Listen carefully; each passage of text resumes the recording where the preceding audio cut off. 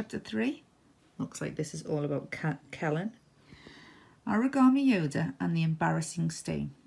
Alright. This is Kellen here. Tommy asked me to write down what happens with Origami Yoda, but I hate to write things down. That's too much like homework. Having to write a bunch of stuff down and make complete sentences and all that. I'm like, no thanks, dude. So I'm going to record on this recording thing and let Tommy write it down. So I guess you can edit out where I say and stuff like that. What happened to me was this.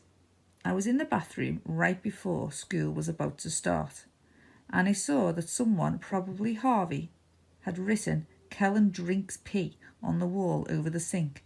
So I leaned across the sink to erase it, and I had on these light brown pants and they got all wet right across the front.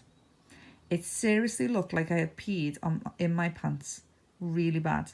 I tried to cover it with my shirt, but it was that really shrimpy shirt of mine with Scooby-Doo on it, and it wasn't long enough to cover the pee part, which wasn't really pee, of course. Lance was in there too. "Dude," he said, "that doesn't even begin to hide your pee stain." "Lance, you saw this isn't a pee stain, right? It's just water from the sink." "Yeah, I saw that, but man, it totally looks like you peed your pants." "But you'll tell people the truth, right?" "What am I supposed to do? Follow you around and tell people it's not pee? It just looks exactly like pee." Then the warning bell rang for homeroom. That meant I had 1 minute to get to class. There was no way I could get the pants dry in 1 minute. There was no way I could go to class with a giant pee stain, which really wasn't pee. For one thing, Harvey is in my homeroom, and you know he's a total dipwad about stuff like that. And he would say something loud and everybody else would see it. Even people who don't normally look at me. Even worse, Rondella is in there too. And the last thing in the world I need is for Rondella to see me with a pee stain, which wasn't really pee, you know. Then I had an idea. "Hey Lance, will you run to class and get my coat? I think it's long enough to hide the spot." "No time, dude.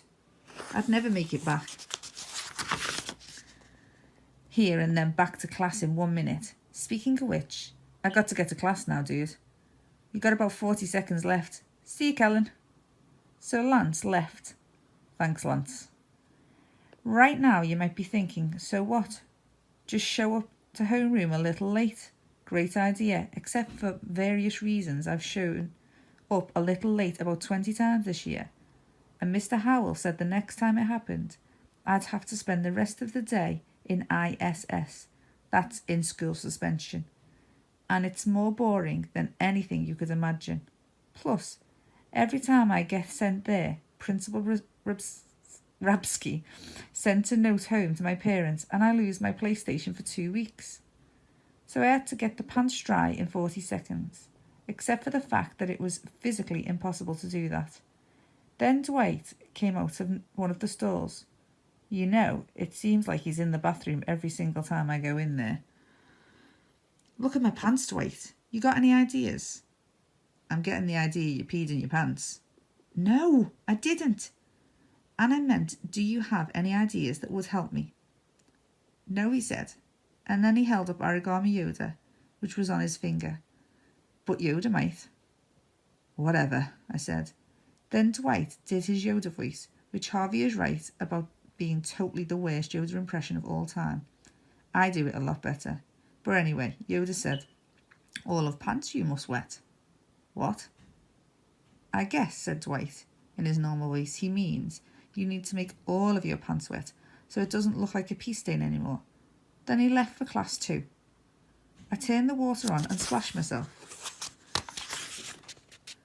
all over, my pants and my shirt too. Then I ran to class and got there just before Mr. Howell was shutting the door. "Should I even ask why you're all wet, Kellen?" asked Mr. Howell. "Nope," I said and sat down real quick. He was sceptical, but he went ahead and took roll. After homeroom, I had PE, so I was able to switch to my sweatpants for the rest of the day. Everybody wondered why I was wet, and sure, it was cold and uncomfortable for a while, but the important thing is that I didn't get sent to the office. I didn't lose my PlayStation for 2 weeks, and nobody, including Rondella, thought I had peed my pants. That's when I knew that Origami Yoda is for real, man. He's totally Jedi wise. Harvey's comment. What a bunch of malarkey. If Paper Wad Yoda was real, which it isn't, surely it could come up with something better than going to class in soaking wet pants. The real Yoda would have tried them with his mind or something. Also, I have to point out that according to Kellen's story, Dwight walked out of the bathroom stall with Paper Wad Yoda on his finger. That's just gross, folks. My comment. I agree that the solution was not perfect, but it's better than anything I can think of. Remember that Kellen had only a few seconds left. I think it was pretty good advice and probably better than anything Dwight would have come up with. That's what really blows my mind. Dwight can barely function. He walks around school with his shoes untied and his hair uncombed.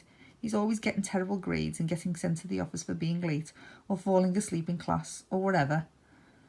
And he does come to class with weird stains on his clothes. If you asked his advice, it would be terrible. But if you ask him for Yoda's advice, you get something great. That's how come I think Origami Yoda might be for real. For instance, the next story is about softball. The two worst softball players in our PE class, and maybe the whole world, are Dwight and Mike. So how come Yoda, Dwight, was able to give Mike such great advice? Ever notice how much Mr. Howell looks like Jabba the Hutt?